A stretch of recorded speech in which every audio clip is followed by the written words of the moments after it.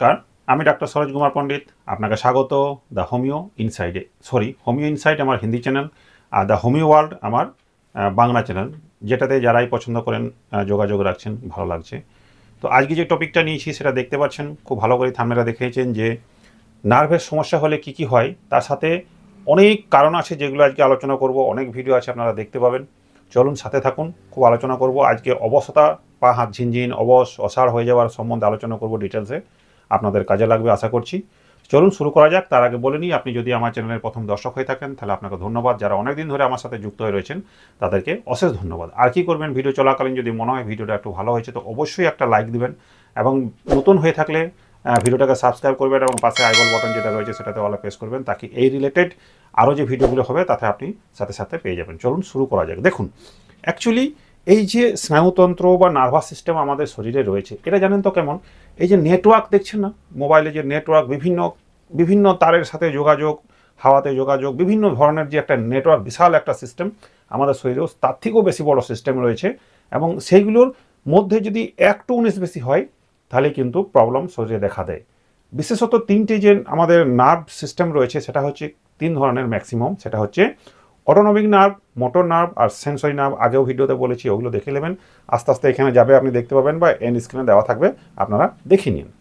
তো এই যে এই তিন ধরনের যে নার্ভ সিস্টেম রয়েছে সেখানে যদি কোনো রকমের গণ্ডগোল হয় তাহলে কিছু কিছু লক্ষণ আপনি বুঝতেই পারবেন। সেটা হচ্ছে, এক, লক্ষণগুলি কী হবে না, হঠাৎ করে আপনি অতিরিক্ত, এখন আপনি স্বাভাবিক আছেন, কোনো অসুবিধা নেই, কিন্তু যদি হঠাৎ করে অনুভব হয় যে মনে হচ্ছে আমার অতিরিক্ত ঘাম হচ্ছে বা একদমই শরীরে ঘাম হচ্ছে না, সেটা কিন্তু হঠাৎ করে শুরু হবে, একদিনে নয় কিন্তু। ঠিক আপনি বুঝতে পারবেন যে এখনই, ধরুন আগে ঠিকঠাক ছিল, আজকে হঠাৎ করে মনে হচ্ছে অতিরিক্ত ঘাম শুরু হয়ে গেল, বা হঠাৎ করে আমি নর্মালি ঘামছিলাম, আজকে ঘামই নেই।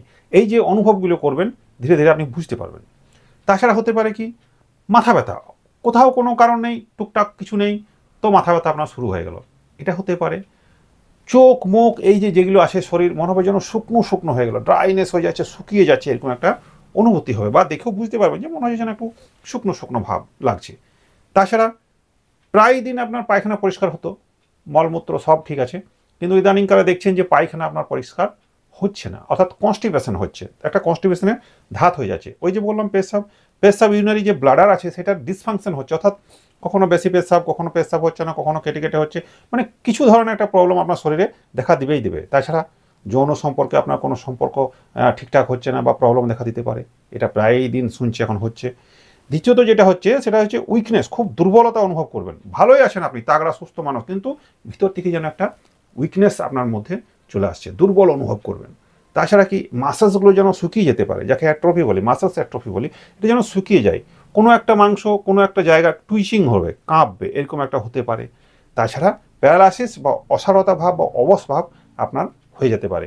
তাছাড়া যে কোনো জায়গাতে হঠাৎ হঠাৎ করে ব্যথা, তার সাথে জ্বালা অনুভব হতে পারে। তো এই যে এতগুলো নার্ভের প্রবলেম হলে আপনার সিমটম মিনিমাম টুকুনি দেখা দিতে পারে, আরও অনেক হতে পারে। তো এইগুলোর পেছনে আজকে যেটা বলবো সেটা হচ্ছে, অনেক ভিডিও বানিয়েছে এগুলো নিয়ে, আপনি এখানে ভিডিও যাবে দেখে নিন।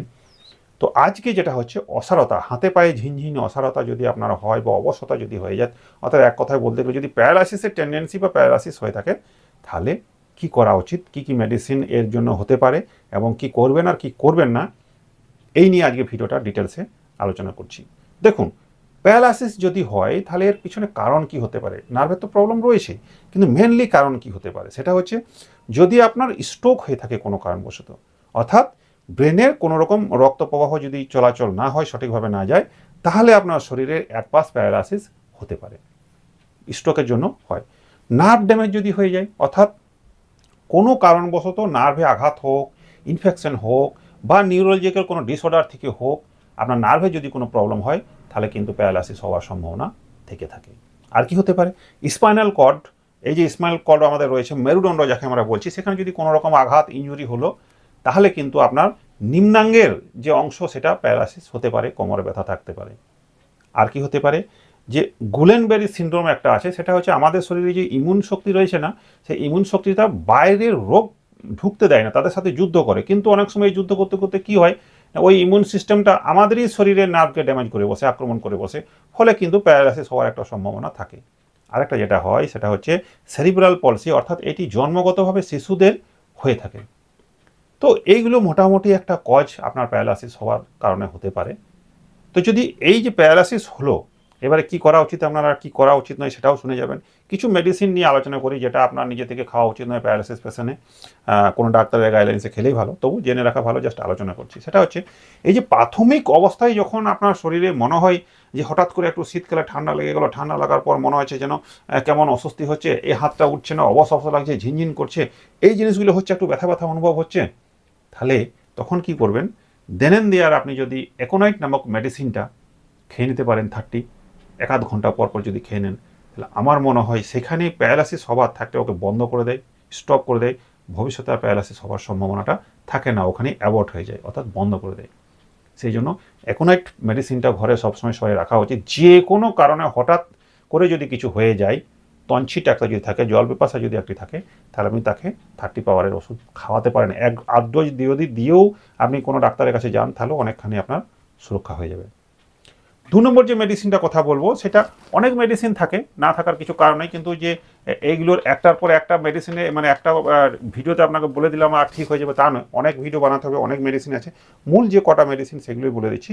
সেটা হচ্ছে দেখবেন নিম্নাঙ্গের যে প্যারালাইসিস, অর্থাৎ কোমর থেকে নিচের দিকে যে প্যারালাইসিসগুলো হয়, বিশেষত যদি হয়েছে তো ওই অবশ অংশে, অর্থাৎ যে জায়গাটা প্যারালাইসিস হলো সেই অংশে অতিরিক্ত ঝিনঝিনানি, সুরসুরানি বা পিঁপড়ে চলার মতো একটা অস্থিরতা থাকবে, একটা ব্যথা থাকবে, ব্যথা অনুভব করবেন, প্রায় মেরুদণ্ডের আঘাত লাগা বা মেরুদণ্ডের কোনো রকম রোগ আপনার থাকবেই থাকবে, অর্থাৎ এই মেরুদণ্ড অর্থাৎ কোমর নিয়ে, মেরুদণ্ড নিয়ে আপনার অস্বস্তি একটা থেকেই থাকবে।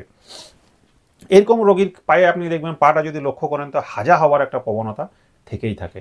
তাহলে আপনি এগারিকাস মেডিসিন আছে একটা, যেটা 30 পাওয়ারে নিলে সুবিধা হয়। কীভাবে খাবেন আমি বলে যাবো, আপনারা শুনতে থাকুন। 3 নম্বর যে মেডিসিনটা কথা বলবো, এটা একটা দারুণ মেডিসিন প্যারালাইসিসের জন্য।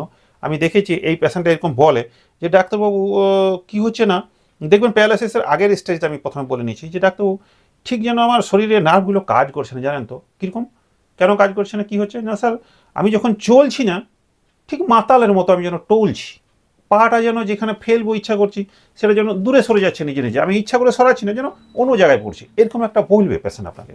অর্থাৎ প্রাইমারি স্টেজটা অনুভব করছেন যে এই পেশেন্টের এবার প্যারালাইসিস বা অসাড়তা বা অবসতা হতে পারে। তো এই যে লক্ষণগুলো, অর্থাৎ টাল মারা, মদ খাওয়া লোকের মতো যদি টাল মারতে থাকে, পা এক জায়গা থেকে অন্য জায়গায় চলে যায়, নিয়ন্ত্রণে না থাকে, তাহলে এই মেডিসিনটা আপনার খুব ভালো মেডিসিন। অনেক সময় পেশেন্ট বলবে পাগুলো যেন আমার খুব ভারী ভারী লাগছে, তুলতে পারছি না, বা এক জায়গা থেকে এক জায়গায় ফেলতে পারছি না, যেন ধরে ফেলাতে হবে, এরকম ধরনের একটা অনুভূতি হবে।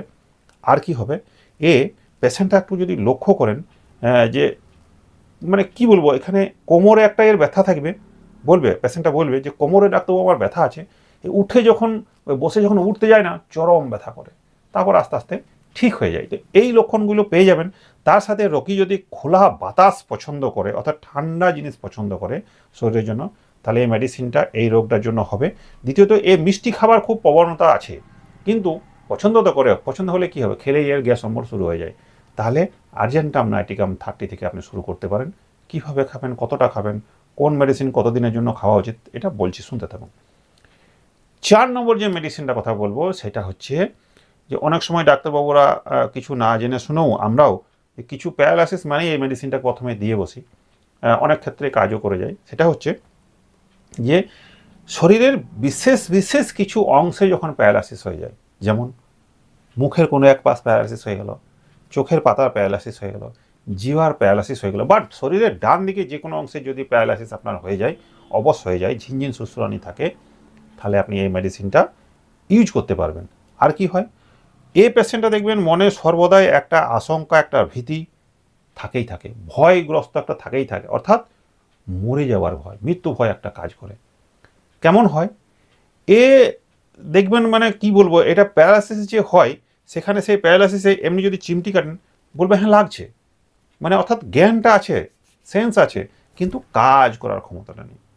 তাহলে আপনি কস্টিকাম যে মেডিসিনটা 30 পাওয়ারে খাওয়াতে পারেন। এর সাথে পেশাবের একটা গণ্ডগোল সম্পর্ক একটা থাকেই থাকে, শীতকালে ঠান্ডা হাওয়া লেগে হতে পারে, তো কস্টিকাম 30 আপনি খাওয়াতে পারেন বা খেতে পারেন কোনো ডাক্তারের গাইডলাইন্সে।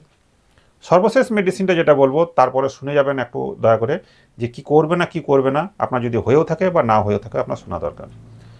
যারা একটু বয়স্ক এজেড তাদের যদি প্যারালাইসিস হয় তাদের জন্য খুব ভালো। নিম্নাঙ্গের প্যারালাইসিস অনেক সময় আস্তে আস্তে নিম্নে পায়ে হলো, তারপর শরীরে ঊর্ধ্ব দিকে উঠতে থাকে, এরকম ধরনের যদি প্যারালাইসিস থাকে তাহলে কোনিয়াম মেডিসিনটা তাদের পক্ষে খুব ভালো। ওরাও কিন্তু সেন্স থাকে, প্যারালাইসিস হলেও সেন্সটা থাকে, মানে অনুভূতিটা থাকে, কিন্তু কাজ করতে খোঁজে না, এরকম একটা হয়ে যায়। তাছাড়া দেখবেন এগুলো কি হয়, এই পেশেন্ট কোনিয়াম পেশেন্ট একটু লক্ষ্য করবে বয়স্ক হলে যে খুব বেশি লোকজন ভালোবাসে না, আবার একা থাকতেও ভয় করবে, তাহলে আপনি কোনিয়ামটা খাওয়াতে পারেন, 30 পাওয়ারের খাওয়াবেন। এবার আসি খাবার নিয়মগুলো। খাবার নিয়ম কি করে, যে মেডিসিনটা আপনার সাথে মিলছে তাহলে সেটা কি করবেন, 1 চামচ জলে 2 ফোঁটা করে নেবেন, সারাদিনে 3 বার করে খান, সকাল দুপুর রাতে খাবার আধ ঘন্টা আগে, 7 দিন পর্যন্ত খাওয়ান, তারপরে কিছুদিন গ্যাপ করুন, দেখবেন পেশেন্টটা ভালো থাকছে। বা মেডিসিন বন্ধ করার এই ভিডিও আছে এখানে দিয়ে দেবো, দেখে নিন, একটু এই উপর যাবে, এগুলো দেখবেন, থাম্বনেল সম্বন্ধে দেওয়া থাকবে যে কখন মেডিসিন বন্ধ করতে হয়, কখন খাওয়াতে হয়, কতদিন পর আবার আরম্ভ করতে, এগুলো সব দেওয়া থাকবে, আপনি দেখে নিন একটু। তো প্রতিটা মেডিসিনই 1 চামচ জলে 2 ফোঁটা করে দিন, সারাদিনে 3 বার করে খান, খালি পেটে আধ ঘন্টা আগে আগে, 7 দিন খাওয়ার পর একটু বন্ধ রাখবেন, তারপরে হায়ার পোটেন্সি প্রয়োজন হতে পারে। এবার আসি, যদি আপনার প্যারালাইসিস হয়ে গেছে তাহলে কি করা উচিত। সর্বপ্রথমেই হচ্ছে যে অতিরিক্ত লবণ বা চর্বি জাতীয় খাবার আপনাকে বন্ধ করতে হবে। আর কি করবেন, নিয়মিত ব্যায়াম করুন, এক্সারসাইজ করুন, কিন্তু ফিজিওথেরাপি হলে বেশি ভালো। মানে আপনারা তো জানেন না কী করলে কী হয়, তাহলে ফিজিওথেরাপিস্টকে দিয়ে যদি ব্যায়ামটা করান তাহলে খুব ভালো হয়। প্রচুর পরিমাণে আপনাকে রেস্ট নিতে হবে, অতিরিক্ত পরিশ্রম করা যাবে না। তাছাড়াও সুষম আহার খেতে হবে, অর্থাৎ খাবারের যে খাই আমরা সেটাকে একটু ব্যালেন্স করে খেতে হবে, যেমন ভিটামিন B12 যুক্ত খাবার, ডি, ওমেগা 3, এই সমস্ত জিনিসগুলো যে খাবারে পাওয়া যায় সেগুলো খেলে খুব ভালো সুবিধা হয়। তাছাড়াও পর্যাপ্ত পরিমাণে জল খেতে হবে যাতে রক্তের ফ্লোটা ঠিকঠাক থাকে। কি করবেন না, ওই যে বললাম প্রথমে, অতিরিক্ত লবণ এবং চর্বি জাতীয় খাবার খাবেন না, যে কোনো নেশা ধূমপান থেকে একদম দূরে থাকুন, অতিরিক্ত পরিশ্রম করবেন না, অতিরিক্ত টেনশন যদি হয় সেখান থেকে আপনাকে লাঘব হওয়ার মেডিটেশন আছে, আরও অনেক রকম প্রসেস আছে, আপনাকে সেগুলো করতে হবে এবং মন শান্ত রেখে ঠিক হওয়ার যে প্রসেস সেগুলোকে করতে হবে, তাহলে আপনি ভালো হয়ে যাবেন। আজকে এই পর্যন্তই। যদি কোনো কোশ্চেন থাকে, আপনাদের এই ধরনের কোনো সমস্যা হয়ে থাকে নার্ভের, তাহলে অবশ্যই লিখে পাঠান, যথাসম্ভব আপনাকে উত্তর দেওয়ার চেষ্টা করব। আর যদি মনে হয় আমার থেকে কোনো ট্রিটমেন্ট নেওয়ার দরকার আছে তাহলে এখানে হোয়াটসঅ্যাপ নম্বর যাবে, আপনারা ওখানে নিজের নাম ঠিকানা লিখে পাঠান, আমার ছেলেরা আপনার সাথে যোগাযোগ করবে। ধন্যবাদ।